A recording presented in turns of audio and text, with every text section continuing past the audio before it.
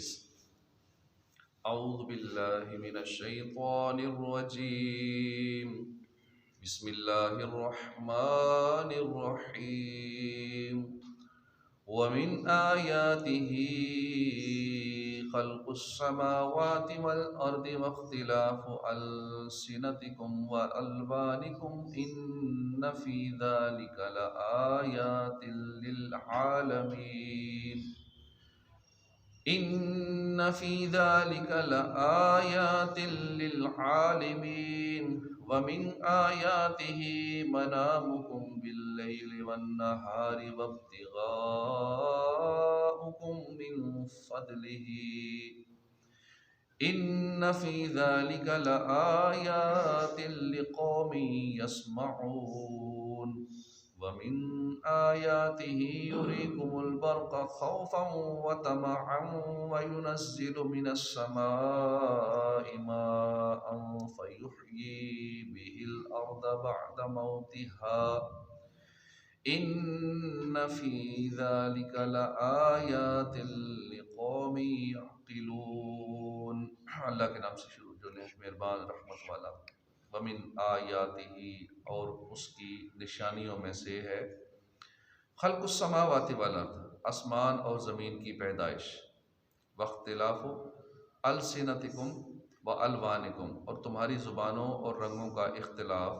ان فی ذلک لآیات للعالمین، بے شک اس میں ضرور نشانیاں ہیں علم والوں کے لیے۔ ومن آیاتہ، اور اس کی نشانیوں میں سے ہے منامکم، تمہارا سونا، باللیل والنہار، دن اور رات میں، وابتغاؤکم، اور تمہارا تلاش کرنا، من فضلہ، اس کا فضل، ان فی ذالک لآیات، بے شک اس میں ضرور نشانیاں ہیں، لقوم یسمعون، ان لوگوں کے لیے جو سنتے ہیں۔ ومن آیاتہ، اور اس کی نشانیوں میں سے ہے یریکم، کہ وہ دکھاتا ہے تمہیں، البرق، بجلی، خوفا وطمعا وینزل من السماء ماء، ڈرانے اور بارش کی امید دلانے کے لیے، اور وہ اتارتا ہے آسمان سے پانی، فیحیی، تو زندہ کرتا ہے، بالارض بعد موتہا، زمین کو اس کے مردہ ہونے کے بعد، ان فی ذالک، بے شک اس میں، لآیات، ضرور نشانیاں ہیں، لقوم یعقلون، ان لوگوں کے لیے جو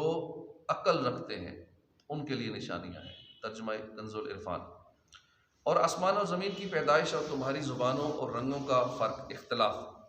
اس کی نشانیوں میں سے ہے، بے شک اس میں علم والوں کے لیے نشانی۔ اس سے پہلی دو آیات میں اللہ نے اپنی قدرت کی وہ نشانیاں بیان فرمائیں جو انسان کی اپنی ذات میں ہیں، جبکہ اس آیت میں خارجی کائنات کی تخلیق اور انسان کی لازمی صفات سے اپنی وحدانیت پر استدلال فرمایا۔ آیت کا خلاصہ یہ ہے کہ اے لوگو، آسمانوں اور زمین کی پیدائش اور تمہاری زبانوں اور رنگوں کا اختلاف اللہ کی قدرت کی نشانیوں میں سے ہے، کہ تم آسمان کی طرف دیکھو کہ وہ انتہائی وسیع اور بلند ہے، اس میں رات کے وقت ستارے روشن ہوتے ہیں اور یہ آسمان کی زینت ہے۔ اسی طرح زمین کی طرف دیکھو کہ کتنی طویل اور عریض ہے، پانی کی طرح نرم نہیں ہے بلکہ سخت ہے، اس پر پرہیبت پہاڑ نصب ہیں، اس میں وسیع و عریض میدان ہیں، گھنے جنگلات ہیں، ریت کے ٹیلے ہیں، دریا اور سمندر جاری ہیں، نباتات کا ایک سلسلہ قائم ہے، لہلہاتے ہوئے زرخیز کھیت، پھلوں سے لدے پھولوں کے مہکتے ہوئے باغات ہیں۔ یوں ہی تم اپنی زبانوں کے اختلاف پر غور کرو، کوئی عربی بولتا ہے، کوئی فارسی بولتا ہے، کوئی ان کے علاوہ دوسری زبانیں بولتا ہے۔ ایسے ہی تم اپنے رنگوں پر غور کرو، کوئی گورا ہے، کوئی کالا ہے، کوئی گندمی ہے، حالانکہ تم سب کی اصل ایک ہے اور تم سب حضرت آدم علیہ السلام کی اولاد ہو۔ اسی طرح تم اپنے جسمانی ساخت پر غور کرو کہ ہر انسان کی دو آنکھیں، دو ابرو ہیں، ایک ناک ہے، ایک پیشانی ہے، ایک منہ ہے، دو گالیں، اور انسانوں کی تعداد اربوں میں ہونے کے باوجود کسی کا رنگ، چہرہ، نقش دوسرے سے پورا نہیں ملتا، بلکہ ہر ایک دوسرے سے جدا ہی نظر آتا ہے، اور اگر ہر ایک کی شکل اور آواز ایک جیسی ہوتی تو ایک دوسرے کی پہچان مشکل ہو جاتی اور بے شمار مصلحتیں ختم ہو کر رہ جاتی ہیں۔ اچھے اخلاق والے اور برے اخلاق والے ہیں، دوست اور دشمن میں، قریبی اور دور والے میں امتیاز نہ ہو پاتا۔ اب تم یہ بتاؤ کیا یہ سب چیزیں خود ہی وجود میں آ گئی، یا یہ محض اتفاق ہے، یا یہ چند خداؤں نے مل کر یہ کارنامہ سر انجام دیا ہے؟ اگر ایسا ہے تو پھر آسمان و زمین میں ہزاروں سال سے اس قدر نظم اور تسلسل کیوں قائم ہے، اور اس میں کبھی اختلاف کیوں نہیں ہوا؟ ان زبانوں، رنگوں، شکلوں کا خالق کون ہے؟ اگر تم علم اور انصاف کی نظر سے دیکھو گے تو جان لو گے کہ یہ سب اللہ کی قدرت کا شاہکار ہے۔ یاد رہے کہ یہ کائنات نہ تو کسی سبب اور علت کے بغیر اپنے طبعی تقاضوں سے وجود میں آئی ہے، اور نہ اس کا انتہائی مربوط اور متناسب نظام کسی چلانے والے کے بغیر چل رہا ہے، بلکہ ایک ایسی ذات ضرور موجود ہے جس نے اپنی کامل قدرت سے اس کائنات اور اس میں موجود طرح طرح کے عجائبات کو پیدا فرمایا، اور وہی ذات انتہائی عالی شان طریقے سے اس کے نظام کو چلا رہی ہے۔ جیسے ہم ایک دانے یا گٹھلی کو تر زمین میں دباتے ہیں تو مخصوص مدت کے بعد اس سے کچھ شاخیں نکلتی ہیں، اوپر والی شاخ زمین سے باہر نکل کر ایک تناور درخت بن جاتی ہے، نیچے والی شاخ اس درخت کی جڑیں بن جاتی ہے۔ اس درخت کی طرف دیکھیں تو اس کا تنا بھی لکڑی کا ہے، جڑیں بھی لکڑی کی ہیں، تنا اوپر کی طرف جاتا ہے، جڑیں نیچے کی طرف جاتی ہیں۔ اب اگر لکڑی کا طبعی تقاضا اوپر کی طرف جانا ہے تو جڑیں نیچے کیوں جاتی ہیں؟ اگر اس کا تقاضا نیچے جانا ہے تو پھر تنا اوپر کیوں آ جاتا ہے؟ ایک ہی لکڑی ہے، ایک ہی لکڑی ہونے کے باوجود تنے کے اوپر جانے، جڑوں کے نیچے جانے سے معلوم ہوا کہ لکڑی کا اپنا طبعی تقاضا کچھ نہیں ہے، بلکہ درخت کی لکڑی پر کسی اور ذات کا کنٹرول ہے۔ لکڑی ایک ہے، اگر ٹھیک ہے اوپر ہی جانا ایک اصول بن گیا تو پھر اوپر ہی جانا چاہیے، جڑوں کو بھی اوپر ہی جانا چاہیے، ٹھیک ہے۔ اگر نیچے ہی جانا اصول ہے کہ لکڑی نے نیچے جانا تو پھر اوپر کیوں آیا تھا نا؟ اس کا مطلب ہے کنٹرول کسی اور کا، تصرف کسی اور ذات کا ہے، جس کی قدرت کامل ہے، اسی نے لکڑی کے جس حصے کو چاہا اوپر کر دیا، جس حصے کو چاہا نیچے کر دیا۔ یوں ہی اس کائنات کے نظام کو دیکھیں تو نظر آئے گا کہ روزانہ سورج ایک مقررہ جہت سے طلوع ہوتا ہے اور ایک مقررہ جہت میں غروب ہو جاتا ہے، دن کے بعد رات آ جاتی ہے، رات کے بعد دن آ جاتا ہے۔ ہر سال اپنے اپنے موسموں میں کھیتیاں پروان چڑھتی ہیں، پھول اپنے وقت پر کھلتے ہیں، پھل اپنی مدت پر نکلتے ہیں۔ پوری دنیا میں ایک خاص طریقے سے ہی انسان پیدا ہو رہے ہیں، مخصوص مدت کے بعد مر رہے ہیں۔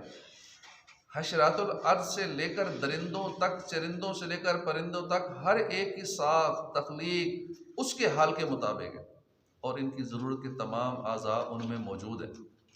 ہر ایک کی غذا اور اسے حاصل کرنے کا طریقہ مختلف ہے، ہر علاقے میں رہنے والے کا مزاج اسی علاقے کے ماحول کے مطابق ہے۔ تو کائنات کا یہ مربوط اور حسین نظام، حکیمانہ تدبیر اور ہر مخلوق کے حال کی رعایت دیکھ کر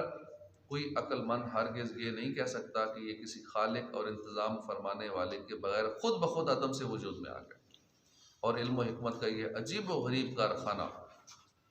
کسی چلانے والے کے بغیر چل رہا ہے، بلکہ اسے یہ اقرار کرنا پڑے گا کہ اس کائنات کا کوئی ایک خالق موجود ہے، اور وہ کامل قدرت والا ہے، علم والا، حکمت والا ہے۔ اس عظمت و شان کا مالک اللہ تعالیٰ کے سوا اور کوئی نہیں۔ سر دست یہاں اللہ کی قدرت اور اس کے موجود ہونے پر دلالت کرنے والی دو چیزیں ذکر کی ہیں، ورنہ کائنات کے ذرے ذرے میں اللہ کی ذات اور اس کی صفات پر دلالت کرنے والی علامات اور نشانیاں موجود ہیں۔ وَمِنْ آیَاتِهِ مَنَامُكُمْ بِاللَّيْلِ وَالنَّهَارِ، اور رات اور دن میں تمہارا سونا، اس کا فضل تلاش کرنا اس کی نشانیوں میں سے ہے، بے شک اس میں سننے والوں کے لیے نشانی ہے۔ اس آیت میں اللہ نے اپنی وحدانیت پر انسان کی ان صفات سے استدلال فرمائے جو انسان سے جدا ہو جاتی ہیں۔ چنانچہ آیت کا خلاصہ یہ ہے کہ لوگوں، رات اور دن میں تمہارا سونا اللہ تعالیٰ کا فضل تلاش کرنا اللہ تعالیٰ کی قدرت کی نشانیوں میں سے ہے کہ تمہیں عادت کے مطابق رات میں نیند آتی ہے اور ضرورت کے وقت تم دن میں بھی سو جاتے ہو، جس سے تھکن دور ہوتی ہے، تمہارے بدن کو راحت حاصل ہوتی ہے۔ یوں ہی دن میں تم سفر کرتے ہو، اپنی معیشت کے اسباب کو تلاش کرتے ہو، تو غور کرو کہ تم پر نیند کون طاری کرتا ہے، اور نیند کا یہ معمول کس نے بنایا ہے، اور تمہیں معیشت کے اسباب تلاش کرنے کی ہمت اور صلاحیت کس نے دی ہے۔ اگر تم لاپرواہی اور ضد سے کام نہ لو تو تمہیں یہی کہنا پڑے گا کہ ہزاروں برس سے انسانوں کا یہ معمول اور ان کا یہ فطری نظام صرف اسی اللہ کا پیدا کیا ہو جو یکتا معبود ہے اور اس کی قدرت کامل ہے۔ اس آیت میں مرنے کے بعد اٹھائے جانے پر بھی دلیل موجود ہے، اور وہ یہ کہ سونے والا مردے کی طرح ہے۔ تو جو ذات سونے والے کو بیدار کرنے پر قادر ہے تو وہ مرنے والے کو دوبارہ زندہ کرنے پر بھی قادر ہے۔ وَمِنْ آیَاتِهِ یُرِیکُمُ الْبَرْقَ، اور اس کی نشانیوں میں سے ہے کہ تمہیں ڈرانے اور بارش کی امید دلانے کے لیے بجلی دکھاتا ہے۔ اب بجلی جو بادلوں سے کڑکتی ہے نا، یہ ڈرانے کے لیے بھی ہے، تو جو نہیں ڈرتا اسے دیکھ کے انجوائے کرتا ہے، ہنس رہا ہوتا ہے۔ سرکار صلی اللہ علیہ وسلم جب یہ بجلی کڑکتی تھی آپ کے چہرے کا رنگ بدل جاتا، کبھی اندر جاتے کبھی باہر جاتے کہ کہیں اللہ کا عذاب نہ ہو اس میں۔ لیکن آج کل ڈرتے نہیں، پرواہ ہی نہیں، جو بجلی کڑکے، زلزلے آئیں، طوفان آئیں، کچھ بھی آ جائے، پرواہ ہی نہیں، خوف خدا ہی نہیں۔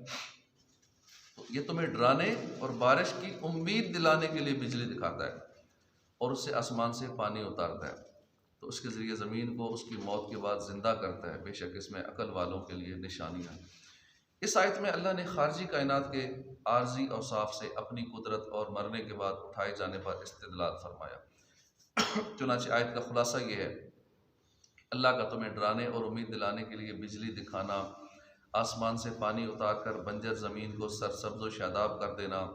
اس کی قدرت کی نشانیوں میں سے، کہ جب بادلوں میں بجلی چمکتی ہے تو بسا اوقات تم خوف زدہ ہو جاتے ہو کہ کہیں یہ گر کر نقصان نہ پہنچا دے، اور کبھی تمہیں اس سے یہ امید ہوتی ہے کہ اب بارش برسے گی۔ نیز جب اللہ تعالیٰ بارش نازل فرماتا ہے تو اس کے پانی سے بنجر زمین سرسبز و شاداب ہو جاتی ہے، لہلانے لگتی ہے، کھیتیاں پھلنے پھولنے لگتی ہیں اور باغات میں درخت پھلوں سے بھرنے لگتے ہیں۔ یہ چیزیں دیکھ کر حقیقی طور پر غور و فکر کرنے والے اس نظام کو چلانے والے کی معرفت حاصل کرتے ہیں کہ برسا برس سے زمینوں کی سیرابی، ان کی سرسبزی و شادابی کا یہی نظام ہے، اور اس نظام کی تسلسل اور یکسانیت سے ظاہر ہوتا ہے کہ اسے بنانے والا، اسے چلانے والا موجود ہے اور وہ واحد ہے اور اس کی قدرت کامل ہے۔ اس میں یہ نشانی بھی ہے کہ اللہ تعالیٰ جس طرح مردہ زمین کو زندہ فرماتا ہے، اسی طرح ایک دن مردہ انسانوں کو بھی اللہ پاک زندہ فرمائے گا۔ جو اس وقت ہماری جس ہم حالت میں ہیں، زندگی کی حالت میں ہے، اس کے بعد پھر موت آنی ہے، موت کے بعد پھر زندگی آنی ہے، پھر زندہ کیا جائے گا۔ تو اس کے حوالے سے ہمیں پہلے سے بتایا کہ بھی اللہ کا کرم ہے، ہمیں بتا دیا سارا کہ زندہ ہونا ہے، پھر اللہ کی بارگاہ میں پیش بھی ہونا ہے، ثم الیہ ترجعون، پھر اس کی بارگاہ میں حاضر ہونا ہے، ثم یحییکم ثم یمیتکم ثم الیہ ترجعون۔ تو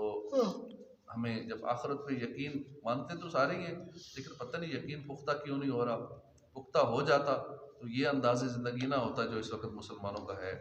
اللہ پاک ہدایت نصیب فرمائے، عمل کی توفیق عطا فرمائے، ہم اس کمفرٹ زون سے نکل آئیں اور آخرت کی تیاری کرنے میں مصروف ہو جائیں۔